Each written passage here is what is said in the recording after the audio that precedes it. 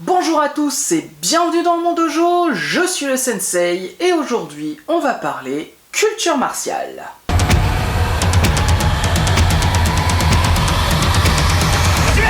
Et aujourd'hui on revient avec un jeu vidéo un peu oublié et injustement je trouve, et qui a notamment marqué mon adolescence et celle de nombreux autres. L'un des meilleurs jeux d'arts martiaux type action RPG auquel j'ai pu jouer à cette époque, je veux parler bien sûr de Jade Empire.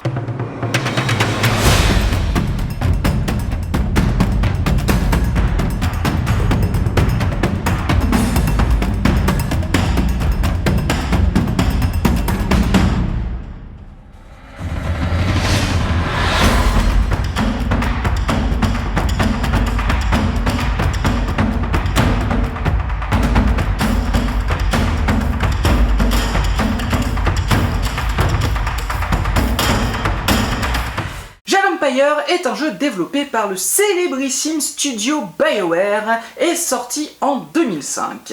Alors avant de rentrer dans le vif du sujet, je vous propose de faire un petit rapide tour d'horizon du studio pour faire son état des lieux avant la naissance de notre jeu.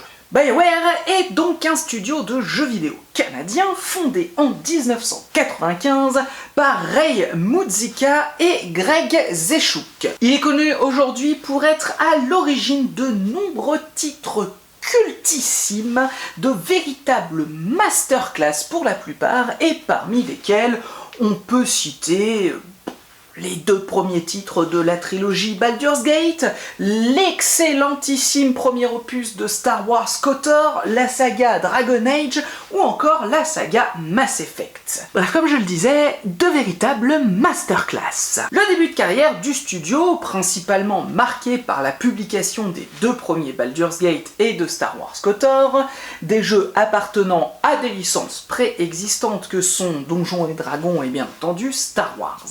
Des licences qui garantissent donc des fans préexistants pour les jeux, mais procurant aussi à ceux-ci une attente considérable concernant la qualité des jeux en question. Une qualité qui, si elle fut systématiquement au rendez-vous, enfermait malgré tout le studio dans ses mondes préexistants, donc en imposant certaines limites aux créateurs.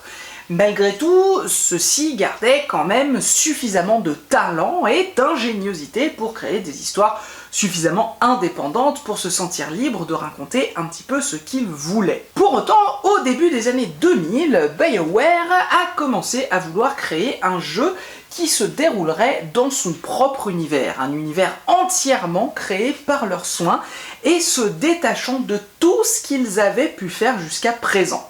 De plus, l'envie de pouvoir explorer un autre style de gameplay que celui du RPG tactique employé pour ses précédents jeux se faisait largement sentir. Et c'est l'amour des membres de BioWare pour le cinéma d'arts martiaux ainsi que la volonté de s'éloigner du genre de la fantasy occidentale ainsi que de la science-fiction qui ont donc poussé les studios à choisir le genre du wuxia fantasy oriental pour le cadre de leur nouveau jeu. Un univers encore très peu exploré à l'époque. De plus, ce choix leur donnait également le prétexte parfait pour changer le type de gameplay.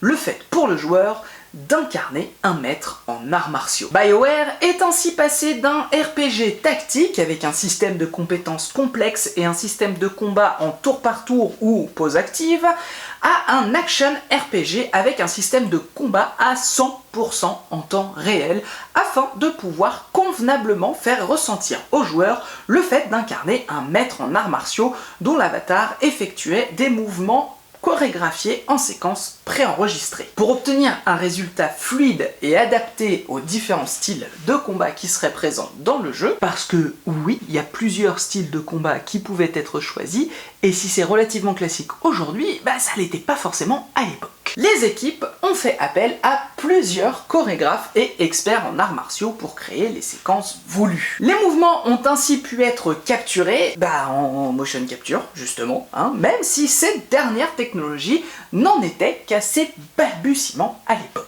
Par contre, je n'ai malheureusement trouvé aucune véritable information sur les personnes engagées pour les chorégraphies de combat et pour enregistrer les mouvements en mocap, donc malheureusement, je ne pourrais pas vous en dire plus sur le sujet. Et justement, une fois tous ces mouvements enregistrés et ces chorégraphies préparées, il y a eu ensuite un gros travail d'intégration de l'animation afin de mettre en place les mouvements dans le jeu de sorte à ce qu'ils rendent le mieux et le plus fluide possible. Les séquences créées permettaient de passer de manière logique et naturelle de séquences de mouvements rapides à des mouvements plus lourds et puissants ou encore de passer du combat au corps à corps à la magie ou encore à l'épée. Et justement, parlons un petit peu des différents styles de combat proposés par le jeu. Au démarrage, et comme dans tout RPG, on vous proposera donc de créer un personnage et vous aurez alors le choix entre un personnage féminin et un personnage masculin. Dans ces deux choix, vous pourrez choisir entre 3 types de combattants, chacun ayant donc leur spécialité. Seule la version PC Special Edition proposera pour les hommes un personnage supplémentaire. Mais pour autant, la personnalisation de votre personnage s'arrêtera à ces aspects, ce concept en jeu vidéo n'étant pas encore aussi poussé à l'époque qu'il ne l'est aujourd'hui. Enfin, pas dans beaucoup de jeux en tout cas. Mais bref, une fois votre choix effectué, viendra alors celui de répartir un nombre de points entre les 3 jauges d'harmonie à votre disposition. Santé, chi et concentration. Et enfin, vient alors le choix qui nous intéresse et sur lequel on va s'arrêter un petit peu plus, celui de votre futur style de combat. À ce moment-là du jeu, vous aurez donc la possibilité de choisir entre 4 styles de combat, ainsi qu'un style de soutien magique qui lui est imposé et nommé Vague Céleste. Les styles de combat disponibles sont donc les Mille Entailles, le Tigre Bondissant, le Démon Blanc et la Frappe Légendaire. Chacun de ces styles seront plutôt orientés soit vers la puissance, soit la rapidité, ou bien encore l'équilibre entre ces deux notions. Chacun des styles ayant donc ses avantages et ses défauts. À vous donc de choisir en fonction du style de jeu que vous préférez adopter. Ensuite, au fur et à mesure du jeu, vous aurez la possibilité de débloquer d'autres styles martiaux qu'il vous sera possible d'utiliser ou non en fonction de votre volonté et donc de votre style de jeu effectivement. Par exemple, vous aurez également la possibilité de débloquer le style de l'ivresse ou encore le style du serpent. Mais le combat à main nue n'est pas la seule manière de se battre dans Jade Empire. Non, effectivement, assez rapidement dans le jeu, vous pourrez débloquer également la possibilité d'utiliser une arme que vous aurez à choisir parmi plusieurs. Épée, sabre, bâton, lance, mais aussi la possibilité d'utiliser la magie en choisissant parmi la maîtrise du feu ou de la glace. Et cependant, même si vous pouvez faire prévaloir l'une de ces méthodes parmi les autres, chacune de ces méthodes s'avéreront pourtant complémentaires et seront toutes sans exception utiles durant la partie, certaines attaques pouvant infliger ou non des dégâts à différents types d'adversaires. Chacun des styles de combat proposés par le jeu est inspiré, bien entendu, par de véritables arts martiaux, tels que par exemple le Kung Fu de la boxe du tigre, dont on a déjà pu parler dans la vidéo sur Kung Fu Panda, ou encore la boxe du serpent, là encore on en a parlé dans Kung Fu Panda, mais aussi la boxe de l'homme ivre, ou encore des formes plus modernes, comme le Sanda ou encore le kickboxing. L'ensemble est bien entendu très largement exagéré pour convenir aux besoins spécifiques du jeu, ainsi qu'à ses limites techniques. Et oui, je vous rappelle qu'on est seulement au début des années 2000 et la console Xbox sur laquelle le jeu va sortir, tout comme les PC alors, ont des ressources relativement limitées. Donc pour pouvoir exploiter correctement les capacités de la Xbox, les séquences de combat enregistrées par les chorégraphes et cascadeurs pour le jeu sont relativement simples. Vous pourrez alors compter sur un enchaînement de 3 ou 4 mouvements rapides et un mouvement puissant pour combattre. La chose est en vrai également pour le maniement des armes. Pour le système de magie, la chose est un petit peu différente, bien que malgré tout similaire, puisqu'on y compte plusieurs attaques rapides et une attaque puissante. Cependant, à l'inverse des chorégraphies martiales, l'accent de la magie sera mis sur l'aspect visuel de vos pouvoirs plutôt que sur la chorégraphie.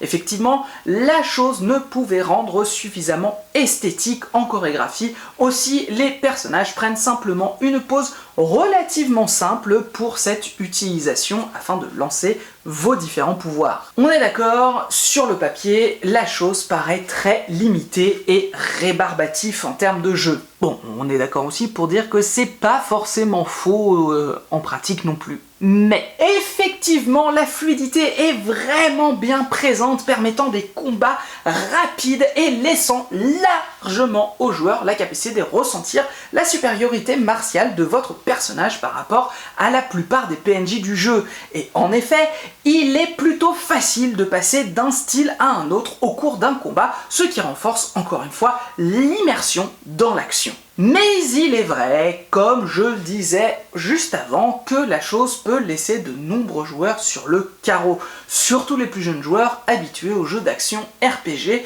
avec des mécanismes de combat plus complexes et plutôt variés comme ceux que l'on trouve aujourd'hui. Après, même si le gameplay se justifie par l'époque et toutes les décisions prises par les développeurs au moment de la création du jeu, elles ont tout de même subi de nombreuses critiques à la sortie du jeu. Et à dire vrai, pas uniquement du point de vue du système de combat, mais aussi de l'aspect RPG du jeu. Et oui, car pour se concentrer autant que possible sur le rendu du côté martial du système de combat, de l'immersion qu'il pouvait apporter et anticipant aussi la déstabilisation future des joueurs, BioWare avait alors décidé d'alléger légèrement le côté RPG pour que les joueurs n'aient pas trop de choses à gérer en même temps. Ainsi, le nombre de caractéristiques habituellement assez nombreuses dans un RPG, y compris dans les précédents titres de BioWare, sont ici réduites au nombre de 3, comme je l'évoquais précédemment. La santé, le chi et la concentration. La santé, bon bah ça c'est vos PV, hein, et il n'y a pas de secret. Le chi sert à gérer votre magie et la concentration vous permet d'utiliser un bullet time. Et ces 3 caractéristiques pourront bien entendu être modifiables, améliorables au fur et à mesure des niveaux que vous gagnez. En dehors de ça, vous pourrez gérer l'attribution de vos styles martiaux un petit peu comme vous voulez, et vous pourrez les modifier si le cœur vous en dit un petit peu quand vous voulez. Vous trouverez également un concept d'amulette que vous pourrez remplir de certaines gemmes au cours du jeu et qui vous octroieront différents bonus. Et en dehors de ça, bah il n'y a rien d'autre. Le côté RPG dans la gestion de votre personnage se limite à ces gestions. Après, on reste malgré tout chez BioWare, et par conséquent, et en suivant l'une de leurs marques de fabrique, les dialogues sont interactifs. Ainsi, en fonction des différents PNJ que vous rencontrerez et des réponses que vous choisirez de leur donner, vous pourrez modifier l'alignement de votre personnage. 3 types d'alignements donc qui peuvent être susceptibles de vous offrir des fins alternatives à l'histoire du jeu. Oui, exactement comme le système du côté lumineux et du côté obscur de KOTOR. Toujours est-il que la véritable force de Jade Empire ne se situe pas dans son gameplay, bien que celui-ci soit malgré tout loin d'être mauvais, mais bel et bien dans l'histoire et dans le lore du jeu.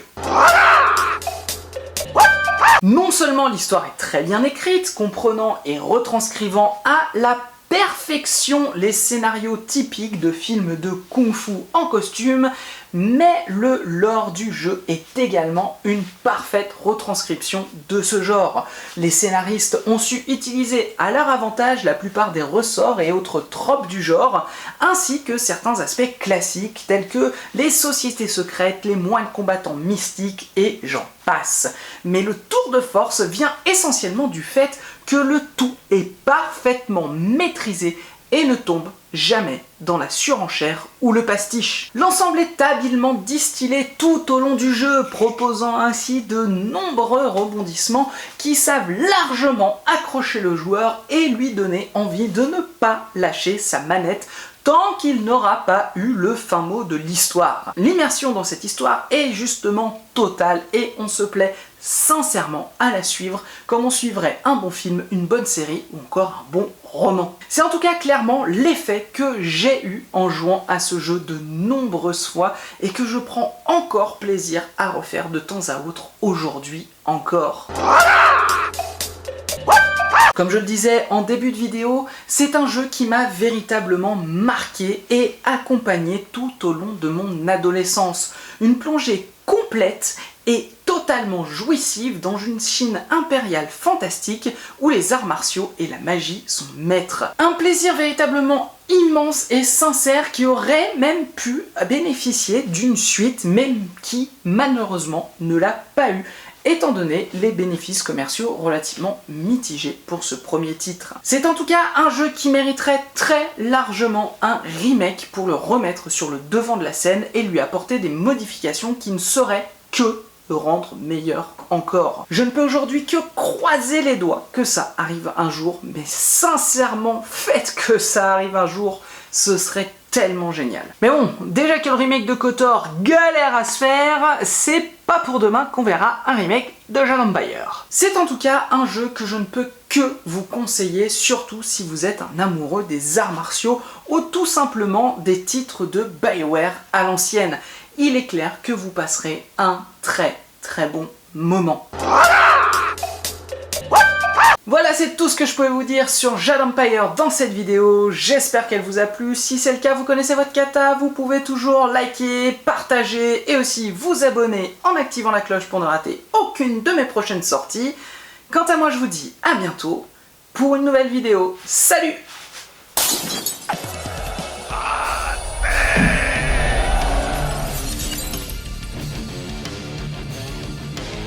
Be formless, shapeless, like water. And you put water into a cup, it becomes the cup. You put water into a bottle, it becomes the bottle. You put it in a teapot, it becomes the teapot. And water can flow or it can crash. Be water, my friend.